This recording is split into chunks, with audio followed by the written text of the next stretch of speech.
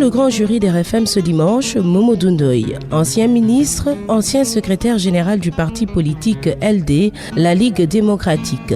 Il est l'invité de Babacar Fall. Plusieurs sujets. Les dernières réformes constitutionnelles avec la suppression du poste de Premier ministre, la présidence Macky Sall, la posture de la LD dans le camp présidentiel, l'actualité sociale, la fête du travail et le discours du président de la République devant les syndicalistes, l'éducation, les questions économiques, la Casamance, l'Afrique et le monde et plusieurs autres questions. Participez à l'émission en posant vos questions sur nos comptes Facebook et Twitter.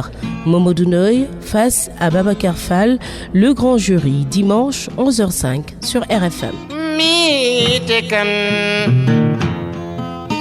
Bonjour à tous, bon dimanche, bienvenue dans ce nouveau numéro du grand jury d'RFM. Riche semaine en actualités sociales et politiques.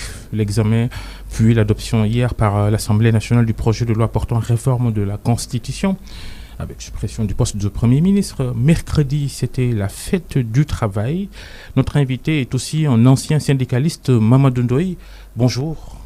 Bonjour et bonjour aussi à vos auditeurs et à votre équipe technique. En 1979, il y a 40 ans, vous aviez été élu secrétaire général du Sud-Est, le syndicat unique et démocratique des enseignants du Sénégal. Ensuite, le congrès du Sud-Est de 1984, vous êtes battu à ce congrès par un certain Madior Diouf. Il y a eu finalement scission au Sud-Est en 84, la même année de ce congrès-là. Vous et certains de vos camarades quittiez le Sud-Est pour créer l'UDEN, l'Union démocratique des enseignants du Sénégal, que vous avez également dirigé en tant que secrétaire général. Un parcours de syndicaliste, est-ce que vous avez l'impression que c'est le même syndicalisme qu'aujourd'hui? Mais ça ne peut pas être le même syndicalisme parce que avec le temps qui change, avec les mutations dans le monde du travail, avec les mutations technologiques, etc., les syndicats sont obligés de s'adapter. Et je crois qu'aujourd'hui, les syndicats ne suivent plus exactement les mêmes démarches syndicales qu'à notre époque. Quel est votre regard aujourd'hui sur les leaders des différents syndicats, notamment ceux de l'enseignement, que vous connaissez sans doute le mieux? Vous êtes de la génération des feux Iba Ndiaye Diaby, Mamadou Diop Castro ou encore Mamadou Diouf. Est-ce qu'aujourd'hui la relève est bien assurée à la tête des syndicats? Vous savez, chaque leader est leader de son temps. Nous étions leaders syndicalistes à un moment où la question syndicale était une question pas simplement des enseignants, mais une question du pays. Et nous étions dans la lutte pour la démocratie, nous étions dans la lutte pour la liberté de presse, nous étions dans la lutte pour l'égalité sociale. Donc, nous avions dépassé le cadre catégoriel pour nous poser un syndicat démocratique. Et c'est cela qui faisait aussi notre relation aux populations. Et je crois qu'aujourd'hui, les conquêtes qui ont été faites dans ce domaine font que le syndicat, aujourd'hui, n'ont plus tellement ce rôle qu'on jouait à l'époque. Vous avez été sans doute beaucoup aidé à votre génération de leaders syndicaux des années 70-80, beaucoup aidé par l'imbrication qu'il y avait entre syndicats et partis politiques, de l'opposition surtout. Vous-même, responsable syndical, responsable d'un parti politique, Ligue démocratique, LDMPT à l'époque. Mais cette imbrication, justement, était due à ce que je vous disais tout à l'heure, c'est que on n'était pas strictement sur le champ des revendications catégorielles. On avait un souci de transformation sociale. Et puisque ces partis politiques avaient un souci de transformation sociale, nous avions nécessairement une rencontre et presque une solidarité de combat. C'est ça, évidemment, la différence avec l'époque que nous vivons actuellement. Est-ce que c'est normal qu'un syndicat prenne les couleurs d'un parti politique? Non. Un syndicat ne s'identifie pas à un parti politique. Mais quand un syndicat lutte pour des idéaux de justice sociale et qu'un parti lutte pour des idéaux de justice sociale, il est possible qu'il y ait des terrains de rencontre. Mais ça ne veut pas dire que le syndicat est un parti. Le discours de Macky Sall devant les centrales syndicales qui lui remettaient cette semaine leur cahier de doléances à l'occasion de la fête du travail, le 1er mai donc. Le président de la République écarte toute idée d'augmentation des salaires dans la fonction publique. Discours de vérité pour certains, déclaration de guerre plutôt selon des syndicats. Le fond et la forme des propos du chef de l'État.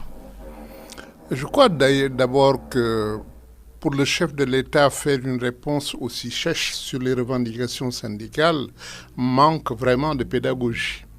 Parce que quelle que soit la situation dans laquelle se trouve un pays, quelles que soient les contraintes qu'on rencontre, un chef d'État qui, le 1er mai, la fête du travail, rencontre les travailleurs et les travailleurs présentent leur cahier de doléances, doit avoir un discours qui réconforte les travailleurs du point de vue de l'espoir tout au moins.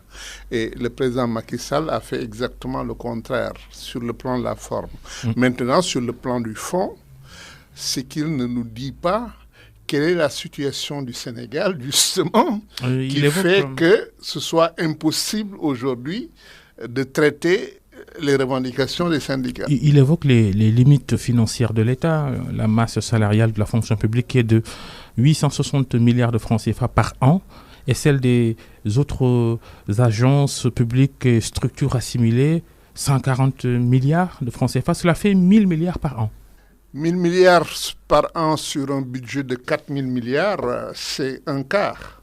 Donc, du point de vue du personnel, quelle que soit l'entreprise, même si c'est un État, c'est tout à fait soutenable. Le président Sall qui dit aussi qu'il n'est pas question d'aligner tout le monde sur un même niveau au sujet des indemnités, un vieux débat sur cette discrimination. Le président Sall remet en cause sans doute l'équité salariale que beaucoup souhaitent, avec surtout des régimes indemnitaires extrêmement différents entre fonctionnaires. Là, il faut dire que c'est l'État qui suscite même les revendications des travailleurs de la fonction publique. Parce que dans la fonction publique, les règles sont claires. On a des points indiciaires. Vous avez tel diplôme, vous avez été recruté à tel niveau, vous êtes à tel point indiciaire. Et ça correspond à tel salaire. Et jusqu'ici, c'était ça l'équilibre de la fonction publique. Et c'est le gouvernement lui-même qui a décidé d'extirper de cette règle un certain nombre de catégories et de leur donner des salaires qui n'avaient absolument rien à voir avec les règles de la fonction publique. Les contrats spéciaux, entre autres. On parle de salaire de 15 millions actuellement. Comment pouvez-vous comprendre cela? Que quelqu'un puisse toucher 13 ou 10 millions même, ou même 5 millions dans la fonction publique. Ce dérèglement a été produit par l'État. Et lorsque les autres travailleurs se rendent compte qu'ils ont devant eux quelqu'un qui a la même formation, avec qui ils ont été à l'université ensemble, ils devraient avoir le même indice et ils se retrouvent à des indices très différents. Évidemment, la revendication est là. Les enseignants, votre famille naturelle, les enseignants parmi les moins gâtés en tout cas. Oui, ils sont les moins gâtés parce que justement, ils constituent la masse des fonctionnaires. Mais le gouvernement n'aurait pas dû analyser en termes de masse, mais analyser en termes d'équité salariale. Et le gouvernement ne l'a pas fait, ce qui fait qu'aujourd'hui, les enseignants se sentent frustrés et il y a un sentiment de révolte chez les enseignants. Pour évaluer Macky Sall sur les politiques sociales qu'il a menées depuis sa première élection, lui et ses collaborateurs disent avoir beaucoup fait pour améliorer le pouvoir d'achat des Sénégalais. On entend d'autres sons de cloche provenant justement des syndicats. Pour vous, qui a raison, qui a tort? Est-ce que la condition du Sénégalais s'est améliorée depuis que Macky Sall est chef de l'État? Vous savez, nous avons un problème d'évaluation au Sénégal de la situation nationale. Le pouvoir évalue en disant « j'ai un taux de croissance, j'ai fait des infrastructures, j'ai fait des actes pour la protection sociale, j'ai fait des actes pour la solidarité avec les pauvres, etc., etc. Voilà comment le pouvoir évalue. L'évaluation, ce n'est pas en termes d'action. L'évaluation, c'est en termes de résultats. Alors, est-ce que, par exemple, le Sénégal est devenu moins pauvre? Si vous prenez l'ensemble des classements internationaux, nous sommes toujours classés dans les pays pauvres, alors qu'il y a des pays africains qui sont dans les pays intermédiaires et d'autres même qui sont à d'autres niveaux. Deuxièmement, vous prenez l'indice de développement humain du Sénégal. Nous sommes classés dans les pays à faible indice de développement humain. Alors qu'il y a 8 pays africains qui sont classés dans les pays à indice de développement élevé et 13 autres qui sont dans les pays à indice de développement moyen. Cela nous montre qu'au Sénégal, malgré les actions dont on parle, on n'a pas réduit le taux de pauvreté au Sénégal. Et même le nombre de pauvres s'accroît dans le pays. On n'a pas aujourd'hui progressé sur le plan de l'emploi.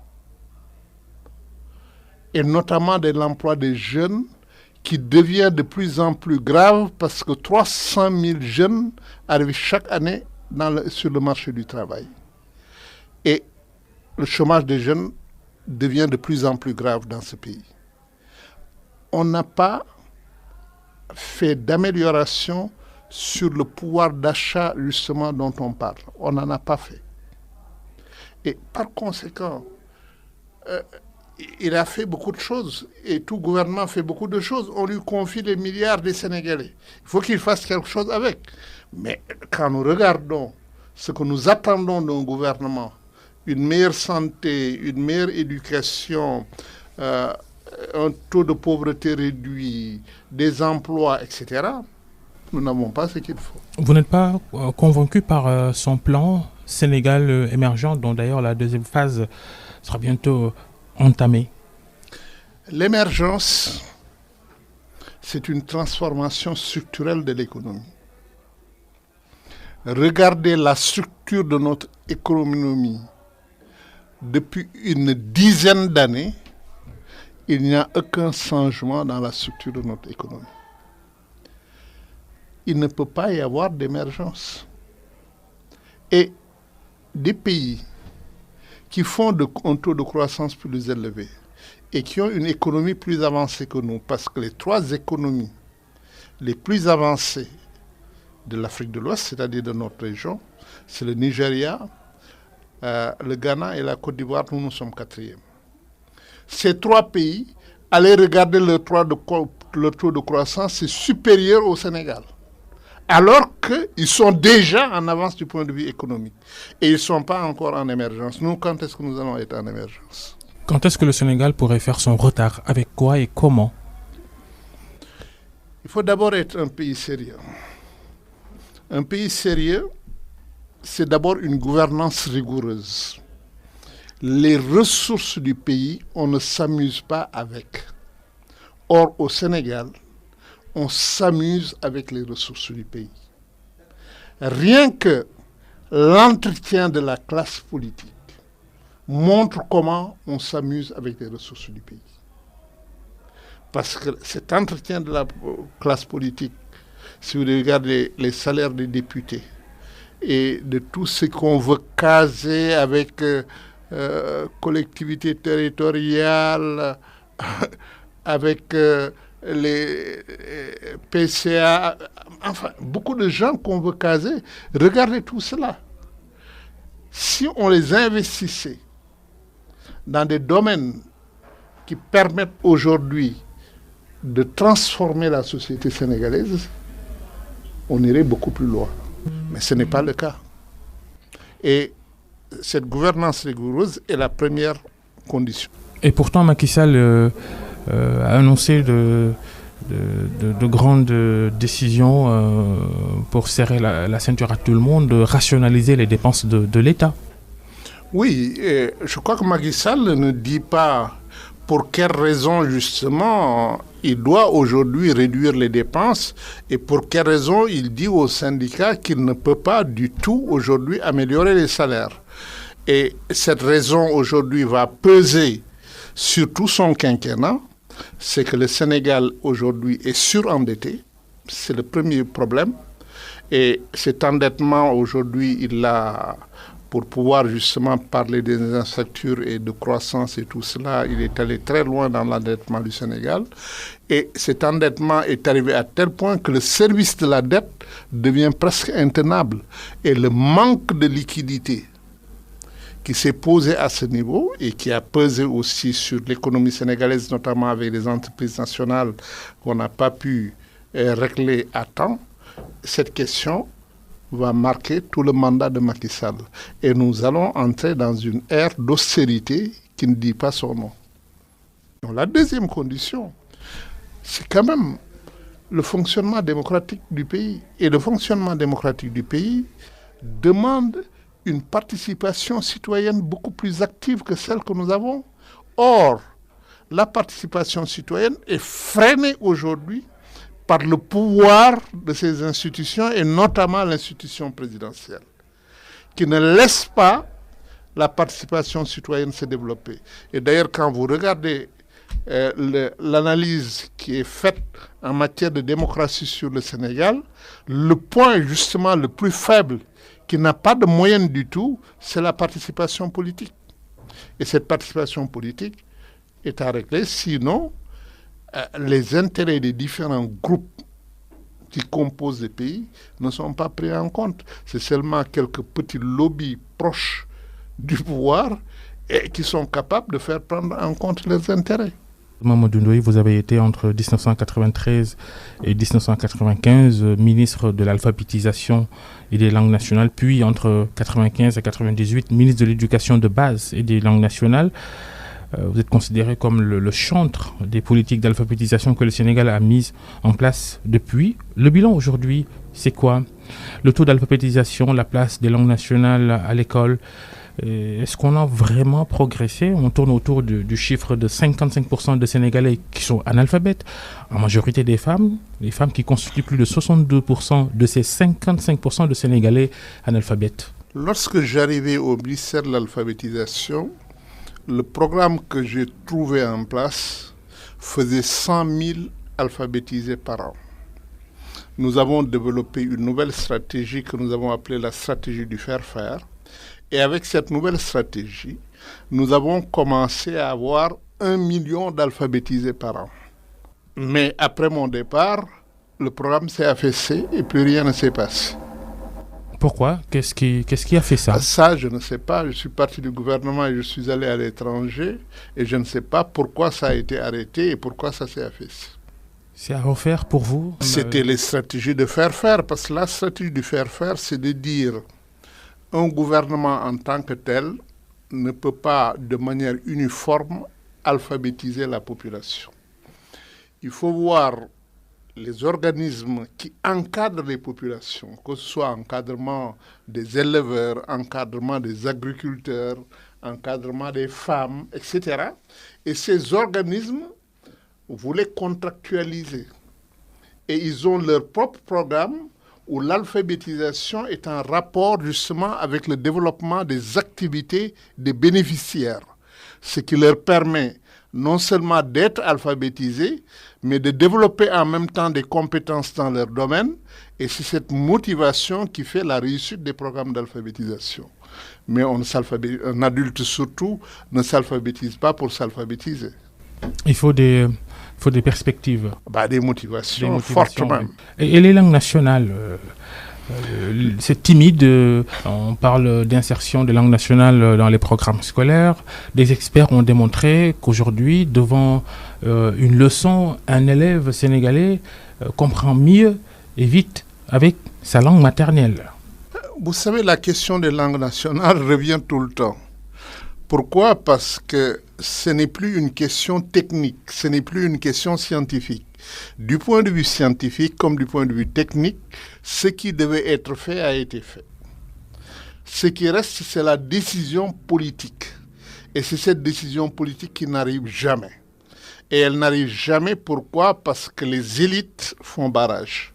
Les élites francophones notamment. Cette tendance sénégalaise à vouloir faire avec les langues étrangères à outrance, inscrire même ses enfants à l'école française implantée au Sénégal. Mais précisément parce que c'est pour l'élite une manière d'échapper au sort commun. Il y a deux réalités à cela. D'abord, ce que je disais tout à l'heure, l'élite fait obstacle à l'intégration des langues nationales dans le système éducatif, bien qu'on ait démontré du point de vue technique et scientifique que cette intégration aurait permis d'améliorer de manière sensible les apprentissages des élèves. Celle-ci est démontrée.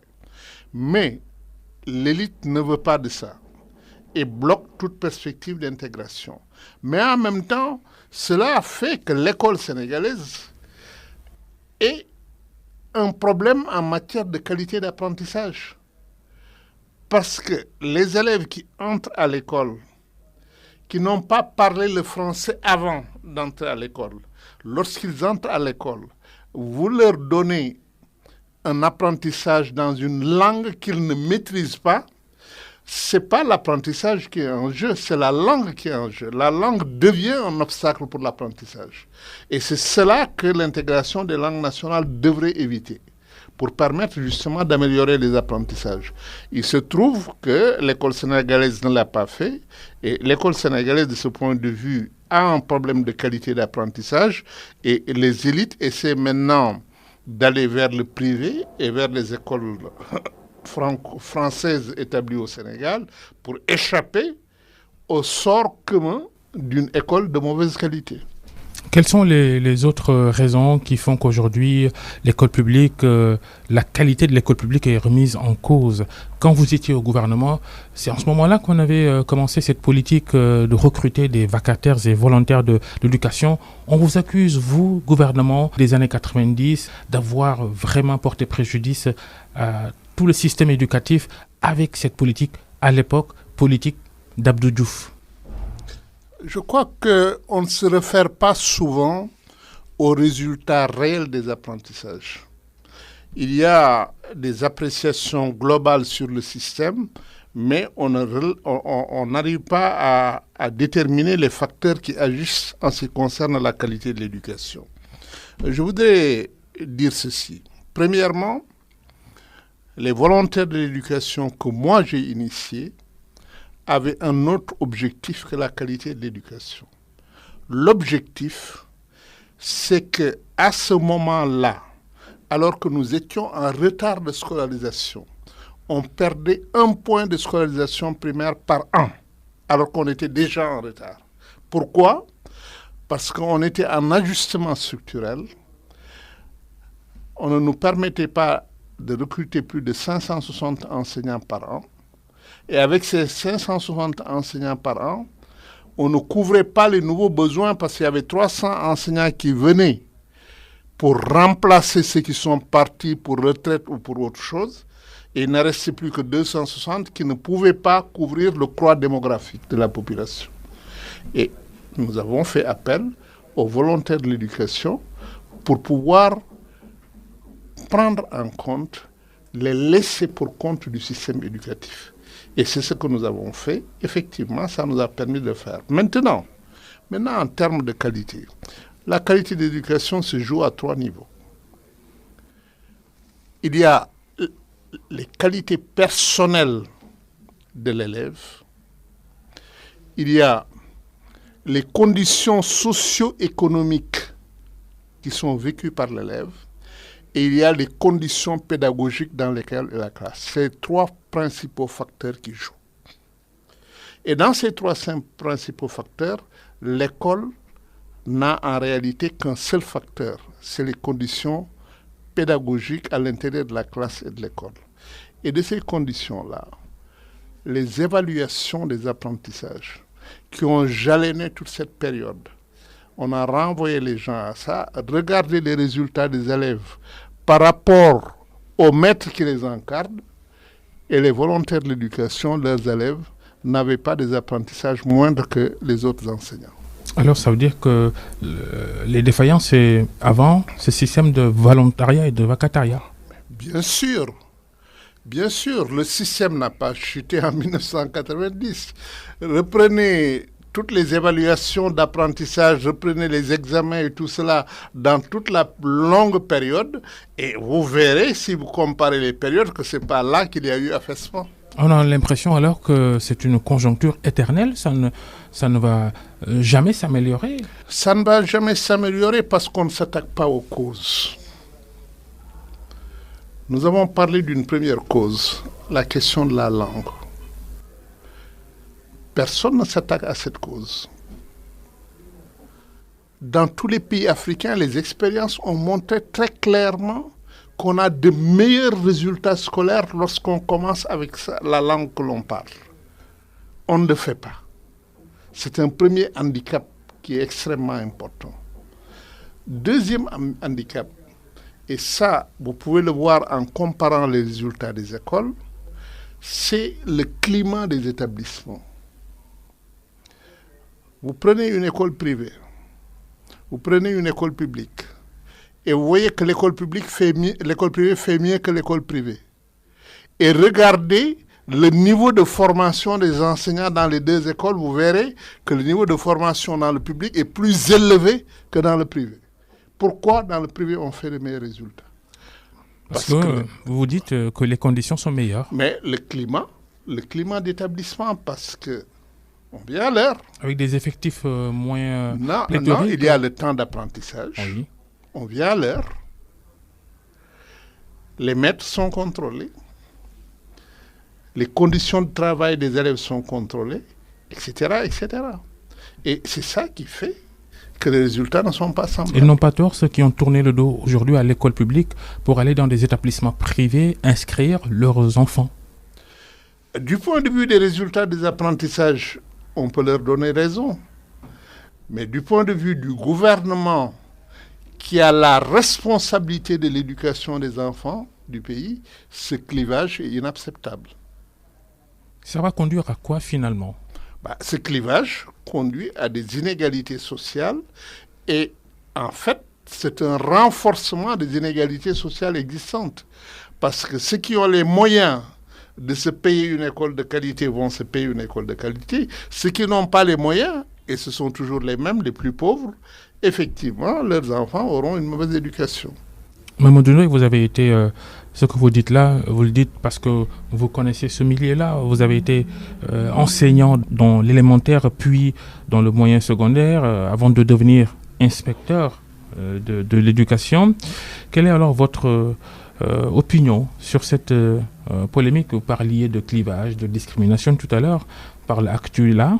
Votre opinion sur cette polémique cette semaine, sur la décision qu'une école privée catholique avait prise avant d'y renoncer. La décision était d'interdire le port du voile aux filles inscrites dans cette école. Non, je crois que c'est une grande maladresse et j'espère que les auteurs vont rectifier très vite cette maladresse. Ils ont renoncé. Ah oui, c'est une très maladresse simplement. Mais dans le même temps, Mamadou Ndoye, dans des écoles de réputation islamique ou appelées écoles franco-arabes, on impose le port du voile aux filles. Est-ce qu'on est juste là avec tout le monde? Non, on ne doit pas imposer non plus. Comme on ne doit pas interdire, on ne doit pas imposer. Les deux doivent être traités de la même manière. On ne doit pas imposer, on ne doit pas interdire. Cette bonne réputation quand même de l'enseignement catholique privé. La bonne réputation vient de ce que je viens de vous dire. L'organisation, la discipline, la rigueur dans le travail, le respect du temps de travail, etc. Ça vient de là. J'ai été inspecteur de Dakar Plateau, où il y avait les écoles catholiques les plus prestigieuses qui étaient donc dans ma circonscription scolaire et que j'inspectais. Je peux vous dire, c'est l'organisation, la discipline, le respect du temps de travail, les bonnes habitudes pour les enseignants et pour les élèves, voilà ce qui fait la réussite. Les enseignements, les apprentissages.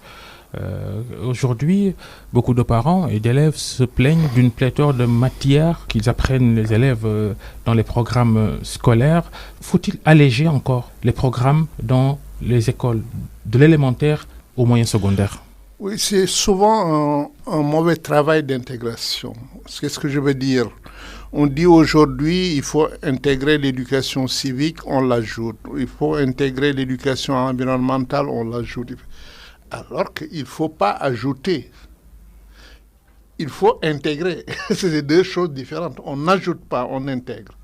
Et si on avait intégré toutes les nouvelles approches qui vont dans le sens justement de l'éducation, c'est-à-dire de l'éducation de l'esprit d'analyse, de l'esprit d'observation, de l'évaluation, du jugement, de l'esprit critique.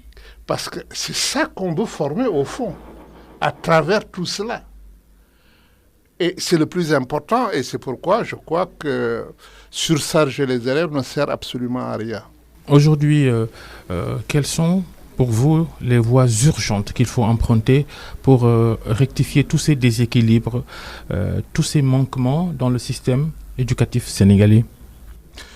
Je crois qu'il y a plusieurs réformes qui ont été envisagées tout dernièrement.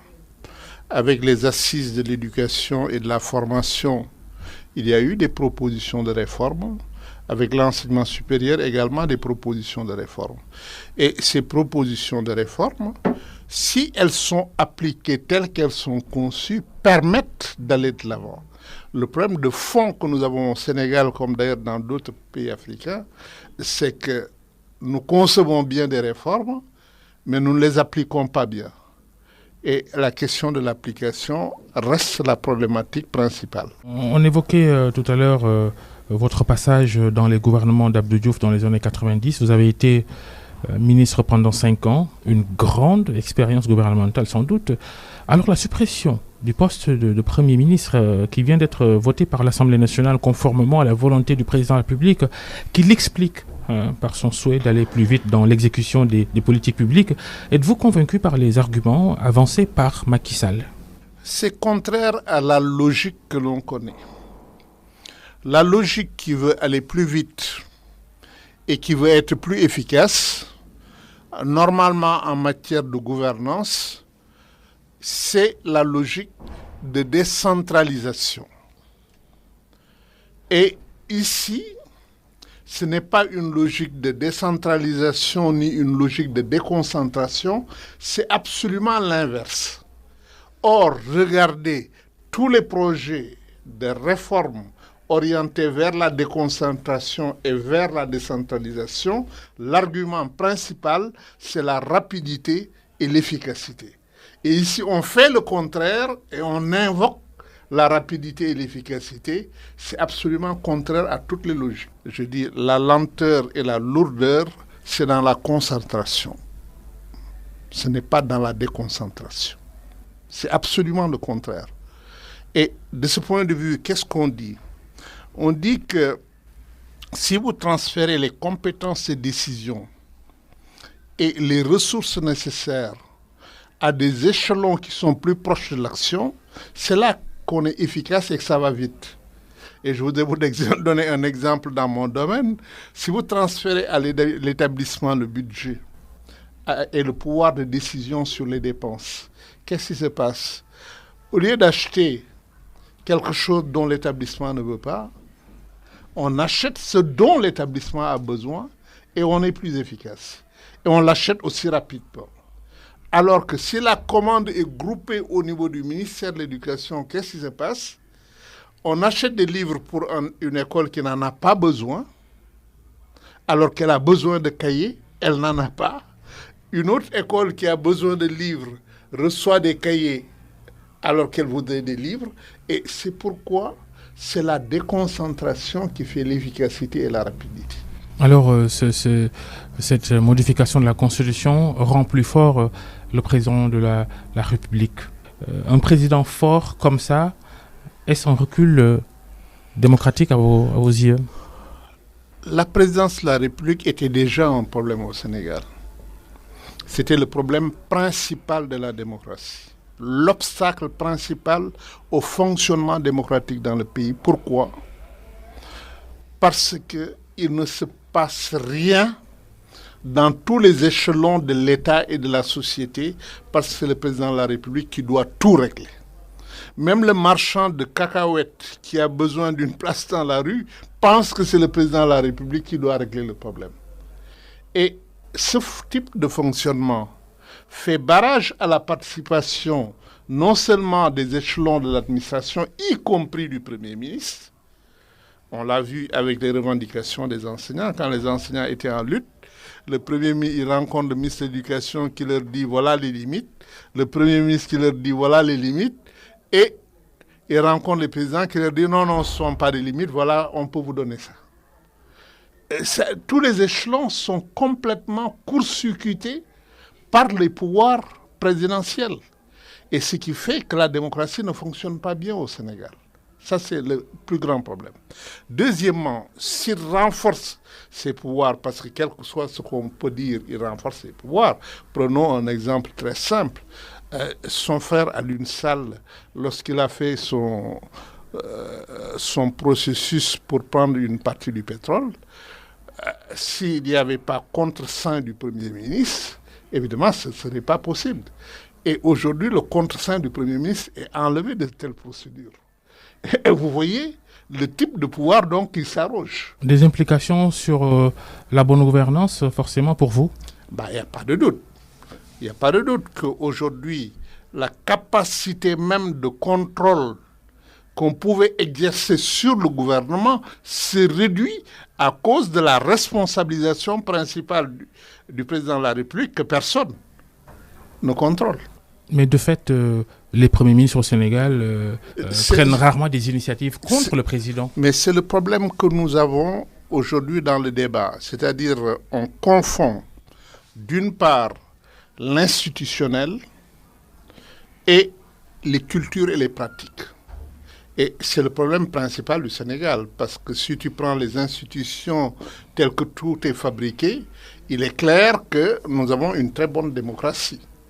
Mais lorsque vous prenez les cultures et les pratiques, vous vous rendez compte que les institutions telles qu'elles sont conçues sont complètement détournées. Et dans le cas du Premier ministre, le Premier ministre est traité comme un garçon de course du président. C'est ça la pratique. Êtes-vous convaincu, comme beaucoup, que si Macky Sall décide de faire cette modification de la Constitution, c'est pour régler un problème politique ? Vous savez, la démarche qu'il a entreprise ouvre toutes les hypothèses. Parce qu'il a entrepris cette démarche dans une modalité confidentielle. Confidentielle, ça signifie qu'avant, il n'en a pas parlé. C'est sorti brusquement après son élection, alors que durant la campagne électorale où il déroulait ce qu'il allait faire comme président, il n'en a jamais parlé.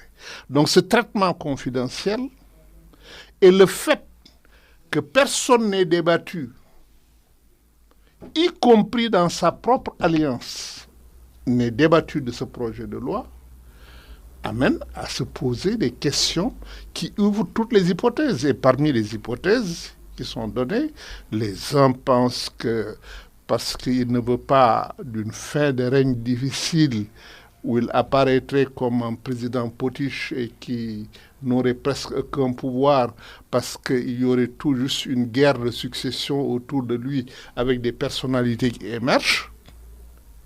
Donc, aucune personnalité ne doit émerger pendant son quinquennat. D'autres disent, oui, mais c'est surtout pour préparer un troisième mandat. Et toutes les hypothèses sont ouvertes compte tenu de la confidentialité de la démarche. Si on avait débattu clairement avec toute la transparence... Quelle est votre foi personnelle sur les intentions de Macky Sall alors ? Je ne connais pas les intentions de Macky Sall comme je ne connais pas les intentions de quelqu'un. Aller entrer dans la tête de quelqu'un pour connaître ses intentions, personne ne peut le faire. Ce qu'on peut, c'est analyser les faits. Et dans les faits, ce traitement confidentiel qu'il a fait du projet ouvre la porte à toutes les spéculations. Lui, faites-vous confiance, Macky Sall, il a déjà dit qu'il fait 2 mandats. Certains évoquent ses postures sur le premier mandat déjà, qu'il disait vouloir faire en 5 ans, finalement c'est 7. Vous lui faites confiance, Macky Sall?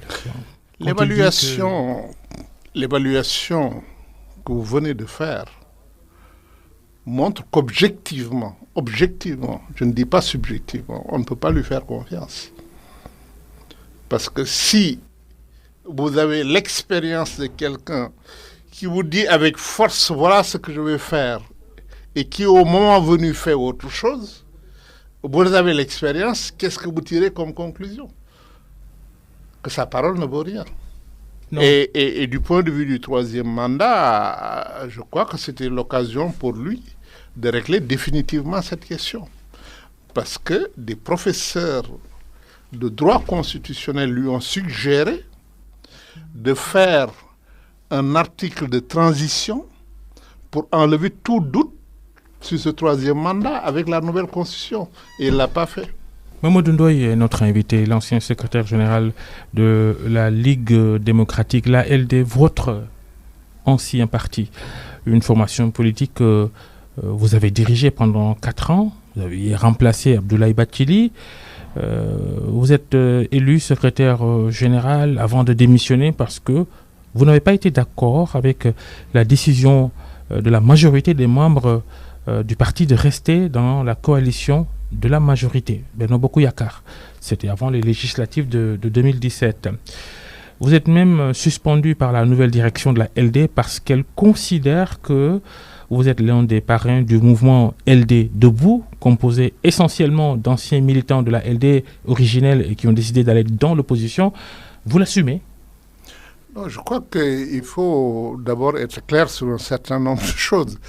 D'abord, il n'y a pas de suspension. On ne suspend pas quelqu'un qui est parti. Quelqu'un qui est parti pour créer un autre parti, on ne le suspend pas. Parce qu'il n'est plus membre du parti. Ça n'a même pas de sens de le suspendre. Bon, ça c'est la première des choses. La deuxième maintenant, c'est que notre parti a été créé sur la base de valeurs et de projets de transformation sociale.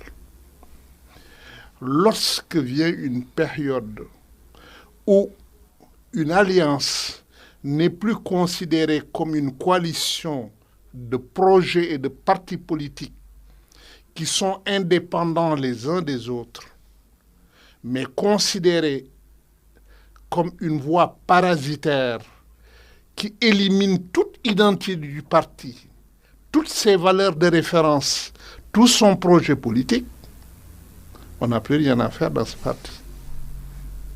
Et c'est ce qui est arrivé. Pourquoi vouliez-vous à l'époque que la LD quitte la coalition Benno Bokk Yakaar? Quitter peut-être serait une conséquence. Ce que nous disions était clair. Au moins ne pas aller avec Benno Bokk Yakaar aux législatives. On était d'accord sur un projet de redressement du parti. Ce projet de redressement du parti avait 3 volets. Premier volet du redressement, comment rétablir les valeurs du parti au niveau des militants. Les valeurs qu'il a toujours défendues. Deuxième volet, comment relancer l'organisation du parti. Et troisième volet, les élections législatives, faut-il aller seul ou pas? Évidemment, moi, ma réponse était très claire. Si nous voulions rétablir les valeurs du parti, relancer l'organisation du parti, il fallait aller aux élections. Et que si encore on se fondait dans Benno Bokk Yakaar, au lieu d'aller dans le sens du redressement que nous avions décidé, nous allions dans le sens de la stratégie parasitaire dont je ne voulais pas. Après la décision de la LD quand même de rester aujourd'hui, le parti n'est pas présent dans le gouvernement. Vous êtes déçu, surpris de voir Macky Sall dans la formation du dernier gouvernement, le nouveau, de nos Barocons, ministre LD? Non, mon jugement n'a rien à voir avec la LD. C'est ça que je voudrais dire. Mon jugement n'a rien à voir avec la présence ou non de Miss LD m'importe peu. Ça n'a rien à voir. Ce que je retiens d'essentiel, c'est qu'il n'y a pas de coalition. On a vu les coalitions. Vous allez en Allemagne, c'est une coalition qui gouverne. C'est les sociodémocrates avec les conservateurs qui gouvernent ensemble. Il n'y a aucun de ces partis qui a renoncé à son identité politique. Et lorsqu'ils font le programme ensemble, chacun se bat pour que son identité politique soit reflétée sur le programme de gouvernement. Ça, c'est une coalition. Mais une coalition où un homme seul décide de tout et les autres suivent n'est pas une coalition. Est-ce qu'à l'époque, vous en aviez parlé à Macky Sall? Bien sûr, plusieurs fois. Non seulement je lui ai parlé en privé, mais ceux qui suivent l'actualité savent que je lui en ai parlé publiquement. On a beaucoup dit à l'époque que si vous étiez pour le départ de la LD de Benno Bokk Yakaar, en tout cas, lorsque vous remettiez en cause la collaboration politique avec Macky Sall, c'est parce que c'était à la limite personnel. Vous n'étiez pas satisfait du traitement personnel que Macky Sall vous réservait, à tout point de vue.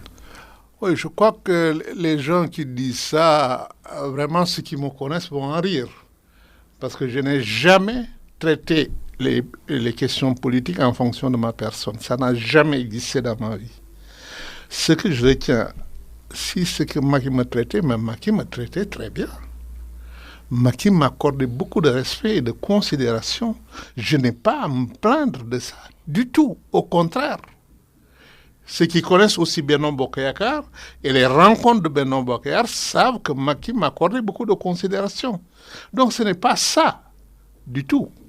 Le problème de fond, je vous l'ai dit, une coalition, c'est pas tuer son identité pour prendre l'identité d'un autre. C'est mettre ensemble des identités et des projets politiques. Et si ce n'est pas cela, il n'y a pas de coalition. Il y a ce que j'ai appelé une stratégie parasitaire, c'est-à-dire on devient un simple parasite. On n'est plus un allié, on est un parasite. Est-ce qu'il faut dialoguer avec Macky Sall, vous, opposition? On a besoin de dialoguer sur plusieurs choses. D'abord, tout le monde sait qu'en matière de développement, le développement est sur le long terme. Mais pour conduire une politique de développement sur le long terme, avec des alternances démocratiques, il est absolument indispensable de construire un consensus national sur la politique de développement. C'est la seule manière d'assurer la durabilité du politique de développement. Je ne vois pas Macky Sall qui parle d'un projet jusqu'en 2035, alors qu'il n'en a discuté avec personne. Donc il suffit que son gouvernement tombe pour que le plan tombe. Ça n'a pas de sens. Donc il y a là un lieu de dialogue. Deuxièmement, notre démocratie. Il y a un point fondamental. C'est-à-dire, le peuple doit choisir librement ce qui gouverne ce pays. Or, pour que le peuple le fasse, il faut qu'il y ait un consensus sur le processus électoral de manière générale. Mais si c'est un concurrent qui décide des lois qui font le processus électoral, qui décide du fichier qui fait le processus électoral, qui décide des parrainages qui permettent de sélectionner les candidats qui vont y aller, etc., il est clair que nous n'avons pas un processus électoral démocratique. Et nous ne pouvons pas l'avoir. Et c'est fini. C'est-à-dire que Macky Sall, on attendait un jeune, on a envie. Oui, parce que le mode de conservation du pouvoir que les gens avaient en tentant de manipuler les procédures électorales, ça c'est du passé. C'est du passé. Aujourd'hui, les gens bâtissent des consensus. Même des pays que l'on considérait être derrière le Sénégal On bâtit par exemple des consensus sur la composition du Conseil constitutionnel. Ce n'est plus le président qui désigne comme ça. On demande aux avocats désignés d'eux, on demande à la magistrature désignée d'eux, on demande à la société civile désignée d'eux. Un Conseil constitutionnel comme ça, il est crédible. Mais lui, non, il a le monopole de tout. C'est lui qui désigne tout le monde. Et même quand il dit que son ami du président de l'Assemblée nationale doit désigner, et maintenant il doit lui proposer pour que lui il nomme. Voilà où nous en sommes. Mamadou Ndoye, merci d'être passé devant le grand jury. Ancien ministre, ancien secrétaire général de la LD, la Ligue démocratique originelle, mais un parti que vous avez quitté. Vous êtes plutôt proche de la LD, debout, ce mouvement né des flancs justement de la Ligue démocratique. Merci à Justine qui était à la régie.